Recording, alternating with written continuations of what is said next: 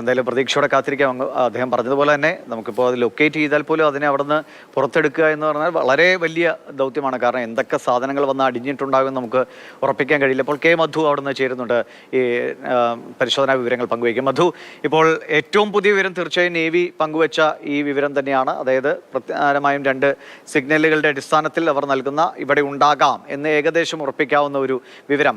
അതിൻ്റെ അടിസ്ഥാനത്തിലാണോ ഇപ്പോൾ അവിടെ തിരച്ചിൽ നടത്തുന്നത്? നാവികസേനയുടെ പ്രത്യേക സംഘം ഒക്കെ ആ പരിശോധനയിലാണോ? നാവികസേനയുടെ അതിന് തൊട്ടു പിന്നാലെ ഉത്തര കന്നഡ കളക്ടർ ആദ്യം, അതിന് പിന്നാലെ കർണാടക റവന്യൂ മന്ത്രി കൃഷ്ണ ബൈരേഗൌഡ, ഇവർ രണ്ടുപേരും ട്രക്ക് അവിടെ വെള്ളത്തിൽ നദിയിൽ കണ്ടു എന്ന് വളരെ സംശയലേശമെന്നെ അവർ വ്യക്തമാക്കുന്നു.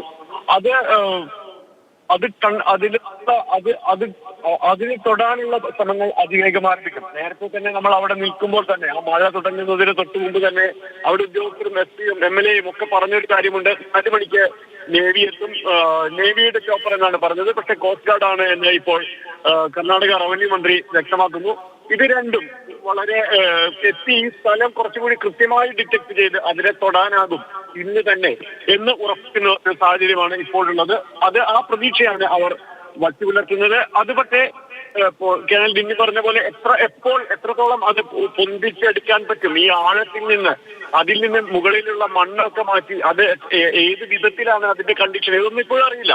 അത് കണ്ടെത്തിയതിനു ശേഷം കോസ്റ്റ് ഗാർഡും നേവിയും മറ്റ് എല്ലാവരും ചേർന്ന് അത് കരയിലേക്ക് കൊണ്ടുവരാനുള്ള ശ്രമങ്ങൾ എത്രത്തോളം എന്നുള്ള കാര്യങ്ങളെല്ലാം വരും മണിക്കൂറുകളിൽ ആരംഭിക്കാനിരിക്കുന്നതേയുള്ളൂ. അത് എപ്പോൾ ഈ യന്ത്രക്കൈക്ക്, ഈ നീളമേറിയ യന്ത്രക്കൈ, വലിയ എക്സ്കവേറ്റർ എന്നത് വലിയ ഗുണം ചെയ്യും എന്ന് റവന്യൂ മന്ത്രി എടുത്തു പറയുന്നുണ്ട്.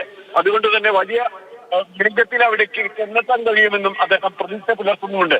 അത് പക്ഷേ എപ്പോൾ എത്തും എന്നുള്ള കാര്യത്തിൽ നമുക്ക് തീർച്ചയായും ഇപ്പോൾ ഒരു ഉറപ്പും ഒരു പ്രതീക്ഷയും പറയാനാവില്ല. കാരണം അതിനുള്ള സാങ്കേതികമായ സൗകര്യങ്ങൾ എത്തേണ്ടതുണ്ട്.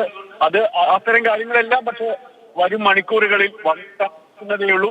പക്ഷെ ഇതിനൊപ്പറ്റി ചെയ്തു എന്നുള്ളത്, ഇത് എവിടെയുണ്ട് എന്ന് കണ്ടെത്തി എന്നുള്ളത് കഴിഞ്ഞ 9 ദിവസത്തെ തീർത്തും നിരാശാജനകമായ അന്വേഷണങ്ങൾക്ക് അപ്പുറത്ത് ഇവിടെയുണ്ട്, ആ തെരച്ചിൽ ഇനി ഈ ഒറ്റ പോയിന്റിൽ മതി എന്ന വിധത്തിലേക്ക് കാര്യങ്ങൾ കൊണ്ടെത്തിക്കുന്നു. അതാണ് ഏറ്റവും ഈ ദിവസത്തെ നമ്മൾ ഇന്ന് പലപ്പോഴും രാവിലെ മുതൽ പല ഘട്ടത്തിലും മഴയും കാറ്റുമൊക്കെ വലിയ പ്രതിസന്ധി ഉണ്ടാക്കിയിരുന്നു.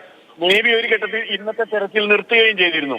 പക്ഷെ അതിനൊക്കെ അപ്പുറത്ത് അവർക്ക് വൈകുന്നേരം വീണ്ടും എത്തി ഒരു ഏകോപിതമായ ഒരു ശ്രമം നടത്താനുള്ള ഊർജം ലഭിക്കുന്നത് തീർച്ചയായും കൃത്യമായ ഈ ഒരു ഇമേജ് കിട്ടി എന്നതിന്റെ പുറത്താണ്. അതിലേക്ക് എത്തുമ്പോൾ അതിന്റെ അവസ്ഥയുണ്ട്. അതുമായി ബന്ധപ്പെട്ട ഒരുപാട് കാര്യങ്ങൾ ഇനി അറിയാനിരിക്കുന്നതേയുള്ളൂ ദിവിഷ്. പക്ഷേ കഴിഞ്ഞ 9 ദിവസത്തെ അന്വേഷണത്തിന്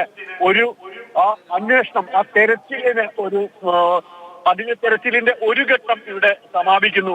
ആ ലോറി അവിടെയുണ്ട്, ഈ നദിയിലുണ്ട്, ഈ നേരത്തെ തീരത്തിലായിരിക്കും, ഈ മലയോട് ചേർന്നായിരിക്കും ഒക്കെ എന്നൊക്കെ കരുതിയതിനപ്പുറത്ത് പിന്നെ അവിടെ നിന്ന് ഉദ്യോഗസ്ഥർ നമ്മളോട് പറഞ്ഞ ഒരു കാര്യമുണ്ട്. കാരണം നിങ്ങൾ വളരെ നേരെ ഒറ്റ വരച്ച് നോക്കൂ, ഇവിടെ നിന്ന് മണ്ണ് ഇടിഞ്ഞു വന്നതിന് അപ്പുറത്ത് മറുവശത്ത് വീട്ടിലേക്ക് ആ വീടുകളെ കൂടി തകർത്തതിന് ഈ രേഖയിലുണ്ടാകും ഈ വാഹനങ്ങളെല്ലാം. ഇവിടെ നിന്ന് നോക്കിയാൽ തന്നെ, ഇവിടെ നിന്ന് മാറ്റിയാൽ ഈ തീരത്ത് മണ്ണ് മാറ്റിയാൽ കിട്ടും.